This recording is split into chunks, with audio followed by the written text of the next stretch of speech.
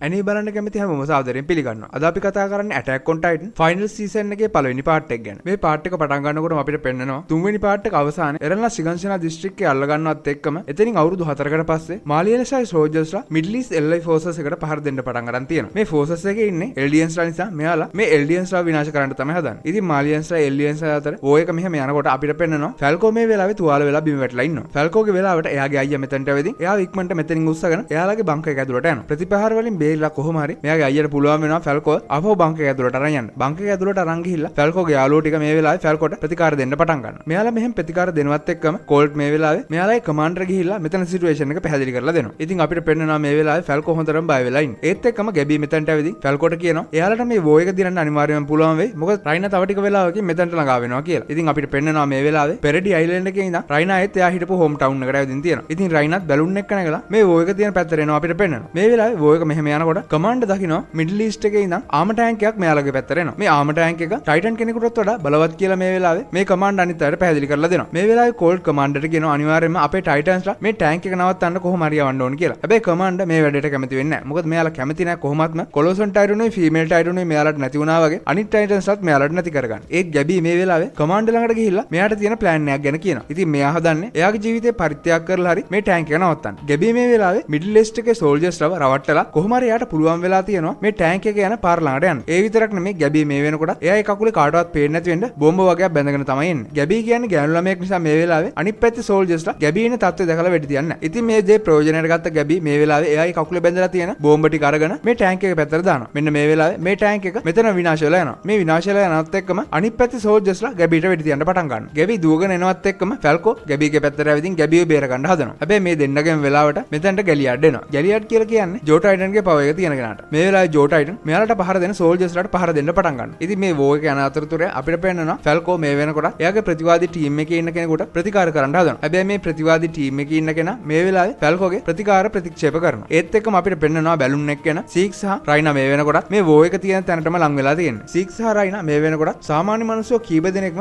අරගෙන ඇවිදින් තියෙන්නේ මේ වෝ එකට ටයිටන්ස්ලා විදිහට ඇතුල් කරන්න. අපිට පෙන්නනවා මේ බැලුන් එකේ ඉඳන් සාමාන්‍ය මිනිස්සු කීප දෙනෙක්ම මේ වෝ එක තියෙන මිඩල් ඊස්ට් එක ඇතුළට දානවා. ඉතින් මෙයාලා පැරෂූට් වල මේ මිඩල් ඊස්ට් එක පැත්තට යනකොට සීක් මේ වෙලාවේ එයාගේ ටයිටන්ගේ පවර් එක පාවිච්චි කරලා මෙතන ඉන්න ඔක්කොම සාමාන්‍ය ටයිටන්ස්ලා බවට පත් කරනවා. ඉතින් මේ සාමාන්‍ය ටයිටන්ස්ලා මේ වෙලාවේ මිඩල් ඊස්ට් එකේ ඉන්න සෝල්ජර්ස්ලාට පහර දෙන්න පටන් අරන් එයාලව කණ්ඩ පටන් ගන්නවා. ඉතින් මේ දේ බලන් ඉන්න එල්ලයි ෆෝසස් එක මෙන්න මේ වෙලාවේ ෂෙනිකෝ ක්‍රියාත්මක වෙලා ඒ සාමාන්‍ය ටයිටන්ස්ලාට පහර පිට පහර එල්ල කරන්න පටන් ගන්නවා. මෙයාලා ළඟ තියෙන කාලතුවක්කු වලින් මේ වෙලාවේ මේ ටයිටන්ස්ලා ගොඩක් දෙනෙක් විනාශ කරන්න පටන් ගන්නවා. ඒත් එක්කම අපිට පෙන්නනවා රයිනා ආම් ටයිටන් වෙලා මේ වෝ එක තියෙන තැනට එනවා. මෙහෙම එනවත් එක්කම තවත් ටැංක් එකක් මේ වෙලාවේ ආම් ටයිටන්ට පහර දෙනවා. මේ පහර දීමත් එක්කම ආම් ටයිටන්ගේ අතක් මේ වෙලාවේ විනාශ වෙලා යනවා. ඉතින් ෂෙනිකෝ ක්‍රියාත්මක වන ආම් ටයිටන් මේ ටැංක් එක විනාශ කරලා දානවා. මේ විනාශ කරලා දානවත් එක්කම මේ ටැංක් එකේ එක කොටසක් ඉතුරු වෙනවා. ඉතින් මේ ටැංක් එකේ අනිත් කොටස ආම් ටයිටන් අයත් පහර දීලා විනාශ කරන්න හදනකොටම ආම් ටයිටන්ගේ වෙලාවට ජෝ ටයිටන් මේ වෙලාවේ ඇවිදින් මේ ටැංක් එකේ ඉතුරු කොටස විනාශ කරලා දානවා. ඉතින් ආම් ටයිටන් සහ ජෝ ටයිටන් දෙන්න එකතු වෙලා මේ බංක් එක විනාශ කරනවත් එක්කම සීක් මේ වෙලාවේ බීස්ට් ටයිටන් වෙලා මෙතනට එනවා. ඉතින් සීක් එන්නේ වෙන මොකටවත් නෙමෙයි මේ වෙනකොට මුහුදු මාර්ගයෙන් එන නැව් වලට පහර දෙන්න. ඉතින් මෙහෙම නැව් වලට පහර දෙන්න බීස්ට් ටයිටන් නැව් තියෙන පැත්තට යනවත් එක්කම නැව් වලින් මේ වෙලාවේ ප්‍රතිපහාරයක් බීස්ට් ටයිටන් එල්ල කරනවා. මේ ප්‍රහාරයන් නිසා බීස්ට් ටයිටන් විනාශ වෙන්න හැදුවත් මේ වෙලාවේ ආම් ටයිටන් බීස්ට් ටයිටන් ඉස්සරහට ඇවිදින් මේ ප්‍රහාර ඔක්කොම වළක්වා ගන්නවා. හැබැයි මේ නිසා ආම් ටයිටන්ට සැහැඬ තුවාල වෙනවා. ඉතින් බීස්ට් ටයිටන් මේ වෙලාවේ මෙතන තියෙන ගල් වගේක් අරගෙන මේ නැව් පැත්තට විසික් කරලා දානවා. මේ විසික් කරනවත් එක්කම අපිට පෙන්නනවා ගොඩක් නැව් වලට ඩැමේජ් වෙන්න පටන් ගන්නවා. ඒ විතරක් නෙවෙයි බීස්ට් ටයිටන් මේ විදිහට දිගටම මේ නැව් වලට පහර දීලා නැව් ටික සම්පූර්ණයෙන් විනාශ කරලා දානවා. මාලියන්ස්ලාට මේ වෙලාවේ පුළුවන් වෙනවා මේ වෝ එක දිනන්න. ඉතින් එතනින් කට් කරලා අපිට පෙන්නනවා මේ වෙනකොටත් මේ වෝ එක දිනපු එක ගැන පත්තරවල පව වැටලා ඉන්නවා. මෙන්න මේ වෙලාවේ ටිකක් අමුතු මිනිස්සෙක් මෙතනට ඇවිදින් පත්තරයකුත් අරගෙන මෙතනින් පිටත් වෙලා යනවා. එතනින් ඒ සීන් එක කට් කරලා අපිට පෙන්නනවා මේ වෙනකොටත් වෝ එක දිනපු එක ගැන කතා කරන්නේ රයිනටයි සීට්ටයි වගේම කමාන්ඩර්ට ජෙනරල් මේ වෙලාවේ එන්න කියලා තියෙනවා. ඉතින් මෙයාලා මෙහෙ මීටින් එක කතා කර කර ඉන්නේ වෙන මොකක්වත් නෙමෙයි. මෙයාලා ඒත් පෙරඩි අයිලන්ඩ් එකට ඇටැක් කරලා පවුන්ඩ් ටයිටන්ගේ බලේ කොහොම හරි මෙයාලගේ අතට ගන්න ඕනි කියලා තමයි මෙයාලා කතා වෙන්නේ. ඉතින් සීක් මේ වෙලාවේ කියනවා බීස්ට් ටයිටන් විදියට ආය පාරක් මෙයාලා ගිහිල්ලා පෙරඩි අයිලන්ඩ් එකට ඇටැක් කරලා කොහොම හරි පවුන්ඩ් ටයිටන්ගේ බලය අරගෙන එන්නම් කියලා. ඉතින් මෙයාලගේ මීටින් එකේ ඉවරනම් පස්සේ සීක් කෝල්ට එන්න කියලා කියනවා පොඩි රහස් සාකච්ඡාවකට. හැබැයි මේ දෙන්නගේ සාකච්ඡාව මෙහෙම කරන්න වෙන්නේ නැහැ. මෙතන කමාන්ඩ් එනවා. කමාන්ඩ් එනවත් එක්කම මෙයාලා මේ කතාව වෙනස් කරනවා. කමාන්ඩ් මේ වෙලාවේ මේගොල්ලන්ට කියනවා එයාලා කොහොම හරි පෙරඩි අයිලන්ඩ් එකට ඇටැක් කරන්න අලුත් ටෙක්නොලොජි එක යූස් කරන්න ඕනි කියලා. ඉතින් එතනින් ඒ සීන් එක කට් කරලා අපිට පෙන්නනවා රයිනා මේ වෙලාවේ හීනෙන් දකිනවා මිකාසලා අවසානට එයාට පහර දුන්න විදිය. මේ දෙයත් එක්කම බය වෙලා හැරෙන රයිනා දකිනවා මේ වෙනකොටත් එයා හොස්පිටල් එකේ ඉන්නවා. ගැලියර් මේ වෙලාවේ රයිනාගෙන් අහනවා පරණ දේවල් මතක් වුණාද කියලා. ඉතින් එතනින් ඒ සීන් එක කට් කරලා අපිට පෙන්නනවා පීක් එනවා රයිනාව බලන්න. පීක් ළඟ තියෙන්නේ කාටයින්ගේ බලය. එතනින් ඒ සීන් එක කට් කරලා අපිට පෙන්නනවා වෝ එක දිනුවන් පස්සේ හාබර් එකේ ඉඳන් මේ වෙලාවේ සාමාන්‍ය සෝල්ජර්ස්ලා විදිහට ඉන්න ගැබී ෆැල්කෝ ඇතුළු කණ්ඩායම මේ වෙලාවේ කතා වෙනවා ටයිටන්ස්ලා නැති ලෝකයක් කොයිතරම් ලස්සන වේද කියලා. මෙයාලා මෙහෙම කියනවත් එක්කම මෙන්න මෙතනට මෙයාලට වඩා සීනියර් ඔෆිසර් කෙනෙක් එනවා. ඉතින් මේ සීනියර් ඔෆිසර් මෙන්න මේ දෙයට තරහ ගිහිල්ලා ෆැල්කෝ ඇතුළු කණ්ඩායමට පහර දෙන්න පටන් ගන්නවා. හැබැයි මේ කණ්ඩායමේ වෙලාවට මෙන්න මෙතනට රයිනා එනවා. රයිනා මේ වෙලාවේ මේ වැඩේ නවත්තනවා. මේ වැඩේ නවත්තලා ෆැල්කෝ ඇතුළු කණ්ඩායම මෙයත් එක්ක එක්කගෙන යනවා. ඉතින් මෙයාලා මේ යන්නේ එයාලගේ ට්‍රේන් එකට. මේ වෙලාවේ ට්‍රේන් එකට නැගපු කණ්ඩායම එයාලගේ ජය සතුට සමරන්න පටන් ගන්නවා. ට්‍රේන් එක අවසානට මෙයාලගේ සිටි එකට එනවා. සිටි එකට ආවන් පස්සේ අපිට පෙන්නනවා මේ වෝ එකට එල්ඩියන්ස්ලා සම්බන්ධ වෙලා ඉන්නවා. මේ එල්ඩියන්ස්ලා එනකම් මේ වෙලාවේ පැත්තක ඉඳන් එයාලගේ පවුල් බලාගෙන ඉන්නවා. කොහොමත් මාලියන්ස්ලා එල්ඩියන්ස්ලා වැඩි ගණන් ගන්නේ නැහැ. එයාලා වෝ එකට සම්බන්ධ වෙන නිසා එයාලට පොඩි ගරුත්වයක් තියෙනවා. ඒත් එක්කම අපිට පෙන්නනවා මේ වෙනකොට මාලියන්ස්ලා වෝ එකේදී සමහර කම්පැනිට ලක් වුණ එල්ඩියන්ස්ලා වගේක් තියාගෙන ඉන්නවා. මේ වෙලාවේ එල්ඩිය කෙනෙක් වුණ ෆැල්කෝ මේ හරියට එනවා. ෆැල්කෝ මේ වෙලාවේ මේ බය වෙලා ඉන්න එල්ඩියන්ස්ලා කියනවා ඔයාලා ඉක්මනට සනීප වෙයි කියලා. ඉතින් එතනින් මේ සීන් එක කට් කරලා අපිට පෙන්නනවා රයිනා මේ වෙලාවේ එයාලයි පවුලයත් එක්ක කෑම ගන්න ගමන් ඉන්නවා. රයිනාගේ පවුලේ කෙනෙක්ම තමයි ගැබී කියලා කියන්නේ. මේ වෙලාවේ මෙයාලගේ අම්මා මෙයාලත් එක්ක කතා වෙනවා. එයාලගේ ඇත්තම හතුරු ඉන්නේ පෙරලි අයිලන්ඩ් එකේ කියලා. ඉතින් මේ සීන් එක කට් කරලා ඊළඟ දවසේ ටයිටන්ස්ලා කණ්ඩායම පොඩි මීටින් එකක් කරන් තියෙනවා. මෙයාලා මෙතනදි කතා වෙන්නේ ලිබේරියාවේ ඊළඟට එන උත්සවයට කොහොමද එයාලා සංවිධානය වෙන්න ඕනි කියලා. මේ වෙලාවේ රයිනා මේ මීටින් එකෙන් නැගිටලා යනවා. මොකද රයිනාට මේ ගැන කිසිම උනන්දුවක් නැහැ වගේ තමයි අපිට පේන්නේ. රයිනා මේ වෙලාවේ එළියට ඇවිදින් කල්පනා කරනවා අයත් එයා කොහොම හරි පෙරලි අයිලන්ඩ් එකට යන්න ඕනි කියලා. මේ වෙලාවේ අපිට පොඩි ෆ්ලෑෂ්බැක් එකක් පෙන්වනවා. ඉතින් අපිට පෙන්නනවා රයිනාගේ අම්මා පොඩි කාලේ රයිනාට කියලා දෙනවා එයාලා මාලියන්ස්ලා නිසා එයාලව කොයිතරම් වටිනවද කියලා. එයාලා හැම වෙලාවෙම එල්ඩියස්ලා යටත් කරගෙන ඉන්න ඕනි කියලා එයාලගේ අම්මා කියලා දීලා තියෙනවා. ඒත් එක්කම වර්තමානයේ රයිනා ගෙදර ගියාම රයිනාට මතක් වෙනවා පොඩි කාලේ එයා ෆෝසස් එකට බැඳෙන්න කොයිතරම් මහන්සි වුණාද කියලා. ඒත් එක්කම අපිට තව ෆ්ලෑෂ්බැක් එකක් පෙන්වනවා. ඉතින් මේකේ පෙන්නන්නේ සීක් පොඩි කාලේ මේ වගේම ෆෝසස් එකට බැඳිලා තියෙනවා. ඉතින් මෙයාලත් එක්කම හිටපු කෙනෙක් තමයි රයිනා කියලා කියන්නේ. ඉතින් මෙයාලගේ කණ්ඩායමේ කීප දෙනෙක් තමයි තෝරගන්නේ පෙරලි අයිලන්ඩ් එකට ගිහිල්ලා ඒක යටත් කරගන්න මෙහෙයුමට. මොකද මේ කීප දෙනාට ටයිටන්ස්ලාගේ පවර් එක ලබා දෙන්න තමයි ගවර්න්මන්ට් එක තීරණය කරලා තියෙන්නේ. මේ වෙලාවේ මෙතන හිටපු කෙනෙක් රයිනාත් එක්ක අනම්මනම් කියාගෙන එයාට පහර දෙන්න පටන් අරන් තියෙනවා. බර්ටෝල් තමයි මේ වෙලාවේ මෙතනට ඇවිදින් රයිනාව බේරගෙන තියෙන්නේ. මෙන්න මේ නිසා මේ දෙන්න හොඳම යාළුවෝ බවට පත් වෙනවා. ඉතින් ටික දවසකට පස්සේ මේ කණ්ඩායමෙන් කීප දෙනෙක්ව තෝරගන්නවා ටයිටන්ස්ලා විදියට පත් වෙන්න. ඉතින් මේ අතර රයිනායි බර්ටෝල්ත් ඉන්නවා. ඉතින් මේගොල්ලෝ මේ වෙලාවේ රත පෙළපාලකෙන් මිනිස්සු මැද්දින් අරන් යනකොට මිනිස්සු හැමෝම මෙයාලට චීර් අප් කරනවා. ඒත් එක්කම රයිනා මේ වෙලාවේ දකිනවා එයාගේ තාත්තා මේකට සතුටු වෙනවා වෙනුවට එයාව ගණන් ගන්න නැතුව ගේ ඇතුළට යනවා. ඉතින් රයිනා ඉක්මනට ගිහිල්ලා එහෙම කරන්නේ ඇයි කියලා අහුවාම මේ වෙලාවේ එයාගේ තාත්තා එයාව එලව ගන්න. ඉතින් මේ ටයිටන්ස්ලා විදියට මහරු වෙන්න පුළුවන් හතර දෙනා මේ වෙලාවේ පෙරිඩි අයිලන්ඩ් එකට යනවා. මෙයාලා මෙහෙම ගිහිල්ලා මේ පෙරිඩි අයිලන්ඩ් එකේ ෆවුන්ඩර් ටයිටන්ගේ බලය හොයාගන්න තමයි මෙයාලා මේ යන්නේ. ඉතින් මෙයාලා මෙහෙම යනකොට එකපාරම ආපු ටයිටන් කෙනෙක් මෙයාලගේ කෙනෙක්ව කනවා. ඉතින් මේ දේ දැක්ක බර්ටෝල් රයිනා වගේම ඇනි මේ වෙලාවේ බය වෙලා මෙතන ඉක්මනට පැනලා යනවා. ඉතින් මෙයාලා කොහොම හරි තුන් දෙනෙක් නිසා මේ වෙලාවේ මෙයාලා මේ මිෂන් එක අතහැරලා ආපහු යන්න හැදුවා. රයිනා මේ වෙලාවේ මෙයාලා දෙන්නට කියනවා මේ මිෂන් එක අපි සාර්ථක කරගන්න නැතුව අපි කොහෙවත් යන්නේ නැහැ කියලා. ඉතින් මේ දෙයට හොඳටම තරහ යන ඇනි මේ වෙලාවේ රයිනාට එක දිගටම පහර දෙන්න පටන් ගන්නවා. මේ පහර දීම නිසා රයිනාට මේ වෙලාවේ හොඳටම තුවාල වෙනවා. ඉතින් ඇනි තීරණය කරනවා මේ පෙරිඩි අයිලන්ඩ් එකෙන් ආපහු එයාලගේ රටට යනවා කියලා මේ වෙලාවේ මෙතනින් පිටත් වෙනවා. ඒත් එක්කම රයිනා මේ වෙලාවේ ඇනිගේ බෙල්ලෙන් අල්ලලා එයාට කියනවා මොන දේ වුණත් අපේ මිෂන් එක සාර්ථක කරගන්න නැතුව අපි කොහොමත්ම මේ අයිලන්ඩ් එකෙන් යන්නේ නැහැ කියලා. ඉතින් ඔයාලට මතක ඇති මෙහෙම ආපු රයිනා බර්ටල් වගේම එනි තමයි සිගන්ෂනා දිස්ත්‍රික්කය විනාශ කරලා ඒ වෝල් එක කඩලා දාලා ලොකු විනාශයක් ඇති කරේ. මේ විනාශය නිසා එරන්ගේ අම්මත් එයාට නැති වෙනවා. ඊට පස්සේ මෙයාලා පොත් කැඩට් එකට බැඳිලා මෙයාලගේ අනන්‍යතාවය හංගගෙන මෙයාලගේ මිෂන් එක කරගෙන යන්න පටන් ගන්නවා. ඉතින් එක දවසක් රෑ බර්ටල් රයිනා වගේම ඇනි මෙයාලගේ මිෂන් එක ඉස්සරහට කරගෙන යන්නේ කොහොමද කියලා කතා වෙන්න ආවම ඇනි මේ වෙලාවේ රයිනාට කියනවා එයාට තවත් මාලියන්ස්ලාගේ මේ දේ හැමදාම කරන්න බෑ කියලා. හැබැයි රයිනා මේ වෙලාවේ ඇනිට කියනවා එයාලගේ මිෂන් එක ෆවුන්ඩර් ටයිටන් හොයාගන්න එක විතරයි. ඒ හොයාගත්තන් පස්සේ අනිවාර්යයෙන්ම අපි තුන් දෙනාම ආවහො ගෙදර යනවා කියලා මේ වෙලාවේ ඇනිට පොරොන්දු වෙනවා. ඉතින් මේ ෆ්ලෑෂ්බැක් එක ඉවරලා වර්තමානයේ අපිට පෙන්නනවා රයිනා එයාගේ ජීවිතේ නැති කරගන්න හදනවා. රයිනාට මේ වෙනකම් කරපු දේවල් ගැන සෑහෙන පසුතැවීමකින් තමයි රයිනා තාම ඉන්නේ. හැබැයි රයිනාට මේ වෙලාවේ එයා පොඩි කාලේ වගේම ඉස්සරහට එන්න හදන ෆැල්කෝ මතක් වෙනවා. මෙන්න මේ නිසා රයිනා එයාගේ ජීවිතේ නැති කරගන්න නවත්තනවා. එතනින් ඒ සීන් එක කට් කරලා අපිට පෙන්නනවා ෆැල්කෝ ගිහිල්ලා ඉන්නවා මානිස රෝහලේ මේ වෙනකොට යුද්ධ නිසා ප්‍රතිකාර ලබන කෙනෙක්ව හම්බෙන්නේ. මේ වෙලාවේ ෆැල්කෝ මේ කෙනත් එක්ක කතා කරනවත් එක්කම මේ කෙනා ෆැල්කෝට කියනවා එයාට තව බලාපොරොත්තුවක් තියෙනවා වගේම එයා එයාගේ මිෂන් එක දිගටම කරගෙන යනවා කියලා. එයා කවදාවත් කිසිම දෙයකින් නවතින්නේ නැහැ කියලා කියනවා. ෆැල්කෝට මේ කිසි දෙයක් තේරෙන්නේ නැති නිසා ෆැල්කෝ මේ වෙලාවේ මෙතනින් පිටත් වෙලා යනවා. ඉතින් මෙහෙම පිටත් වෙලා යනවත් එක්කම මේ කෙනා ෆැල්කෝට ලෙටර් එකක් දීලා කියනවා ඒක පෝස්ට් කරන්න එයාලගේ ෆැමිලි එකට දැනගන්න කියලා. ඉතින් ෆැල්කෝ මේ වෙලාවේ එයාගේ ලියුමත් අරගෙන ගිහිල්ලා ඒක පෝස්ට් කරනවා. මේ කෙනා වෙන කවුරුත් නෙමෙයි මිස්ටර් කූග. ඉතින් ඊළඟ දවසෙත් ෆැල්කෝ යනවා මිස්ටර් කූගව හම්බෙන්න. ඉතින් එතනින් ඒ සීන් එක කට් කරලා අපිට පෙන්නනවා කැප්ටන් සහ කමාන්ඩර් දෙන්න ගිහිල්ලා ඉන්නවා මාලියන්ස්ලාගේ ලොක්ෙක් වුණ විලිව හම්බෙන්න. විලි මේ වෙලාවේ එයාලගේ පවුල හඳුන්වලා දෙනවා. විලි සහ කමාන්ඩර් මෙගල් මේ වෙලාවේ කතා වෙනවා එයාලා ගාව තාමත් වෝහැම ටයිටන් ඉන්නෙක් ගැන. ඇත්තට මේ වෝහැම ටයිටන් ඉන්නේ විලි ගාව. මේ වෙලාවේ විලි කමාන්ඩර් කියනවා මාලියන්ස් තමයි හැම වෙලාවෙම වීඩියෝ විදියට පිළිගන්න ඕනේ. එල්ඩියන්ස් ඇත්තටම හැම වෙලාවෙම එයාලගේ යටතේ ජීවත් වෙන්න ඕනේ කට්ටියක් කියලා මේ වෙලාවේ මේ දෙන්න කතා වෙනවා. කමාන්ඩර් මේ වෙලාවේ ඇවිදින් තියෙන්නේ විලිට එයාලගේ ඊළඟ එන උත්සවයට මෙයාට ආරාධනා කරා. ඉතින් එතනින් ඒ සීන් එක කට් කරලා අපිට පෙන්නනවා රයිනා ඇතුළු ටීම් එක මේ වෙලාවේ කැප්ටන් එක සාකච්ඡාවක්. මෙයාලා සාකච්ඡා කරන්නේ වෙන මොකක්වත් නෙමෙයි ඊළඟට පෙරඩි අයිලන්ඩ් එකට කොහොමද ඇටැක් කරන්න ඕනේ කියලා. මෙයාලා මෙහෙම සාකච්ඡා කරනකොට අපිට පෙන්නනවා එළියේ ෆැල්කෝ ගැබි ඇතුළු කණ්ඩායම පොඩි රේස් එකක් තියෙනවා. මේ රේස් එකෙන් ෆැල්කෝ දිනනවා. මේ වෙලාවේ ෆැල්කෝ දිනපු නිසා ගැබිට මේ දේ ගැන හොඳටම තරහ යනවා. මේ වෙලාවේ ෆැල්කෝට හොඳටම බයින්න පටන් ගන්නවා. ඉතින් ෆැල්කෝ මේ වෙලාවේ මෙයාලගේ මේ වෙලාව ඇතර දූගෙන යනවා. ඒත් එක්කම ගැබි ඇතුළු කණ්ඩායම ටවුන් එකේ ඇවිදගෙන යනකොට එයාලා දකිනවා යනවා මේ වෙනකොට ෆෙස්ටිවල් එකට ටවුන් එක ලෑස්ති කරනවා. එතනින් මේ සීන් එක කට් කරලා අපිට පෙන්නනවා ෆැල්කෝ ගිහිල්ලා ඉන්නවා කූගව හම්බෙන්න. ෆැල්කෝ මේ වෙලාවේ ගැබී ගැන කූගට කියනවා. ඉතින් මෙතනට ડોක්ටර් එන නිසා කූග මේ වෙලාවේ මෙතන යනවා. ડોක්ටර් මේ වෙලාවේ කූග ළඟින් ඉඳ ගන්නවා. මේ ડોක්ටර් හැටියට ඉන්නේ වෙන කවුරුත් නෙමෙයි ක්‍රිස්ටා ඒගගේ තාත්තා. ඒ කියන්නේ එරන්ගේ සීයා. මේ වෙලාවේ ඒග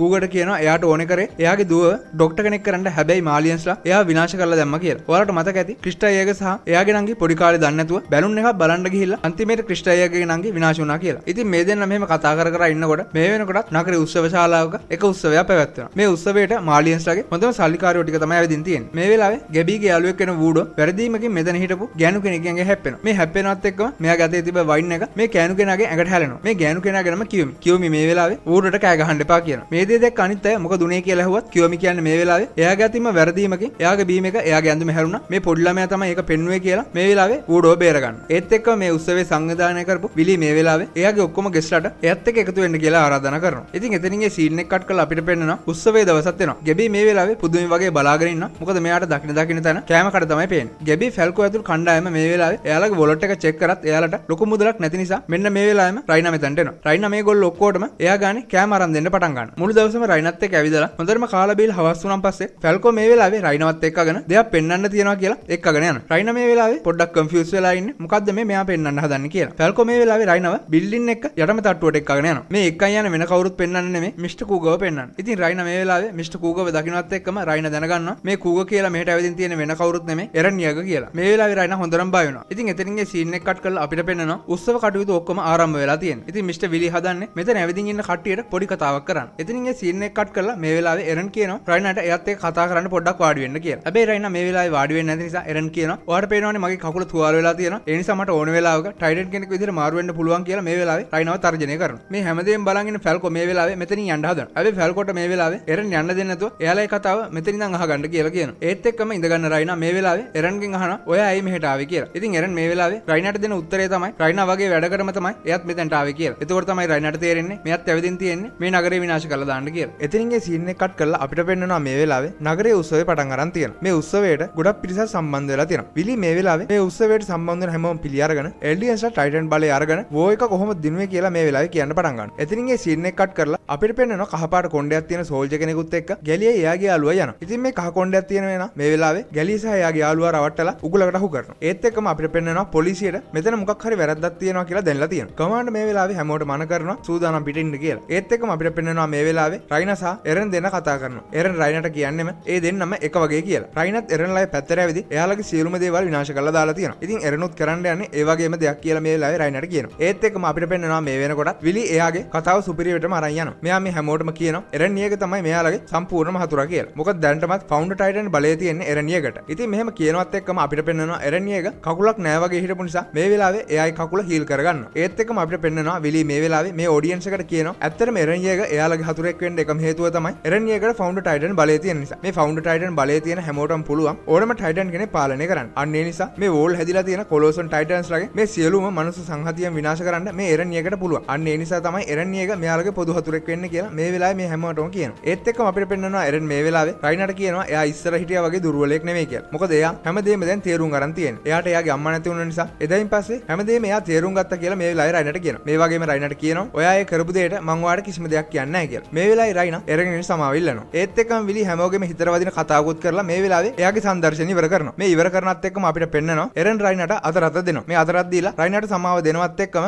එරන් එයාගේ පලිය ගන්න මේ වෙලාවේ ටයිටන් කෙනෙක් බවට පරිවර්තනය වෙනවා. එතකොට තමයි අපිට පෙන්නන්නේ එරන් මේ වෙනකන් ඉඳලා තියෙන්නේ මේ ස්ටේජ් එකේ යට. මෙන්න මේ වෙලාවේ මේ ස්ටේජ් එකත් කඩාගෙන එරන් ඇටැක් ටයිටන් විදියට ට්‍රාන්ස්ෆෝම් වෙනවා. මේ ට්‍රාන්ස්ෆෝම් වෙනවත් එක්කම ස්ටේජ් එක උඩ හිටපු විලිටත් මේ වෙලාවේ හොඳටම තුවාල වෙලා උඩ විසි වෙනවා අපිට පෙන්නනවා. එරන් මේ වෙලාවේ විලිව කණ්ඩ හදනවත් එක්කම මෙතනින් ඉන්න ඔඩියන්ස් එකත් හොඳටම බය වෙනවා. මේ බය වෙනවත් එක්කම මේ පාර්ට් එක මෙතනින් ඉවර වෙනවා. අපි බලමු ඊළඟ පාර්ට් එකේ එරන් මොන වගේ දෙයක් මේගොල්ලන්ට කරයිද කියලා. ඉතින් ඊළඟ පාර්ට් එක හම් වෙනකන් ඔයාලට සුබ දවසක් කියලා ප්‍රාර්ථනා කරනවා.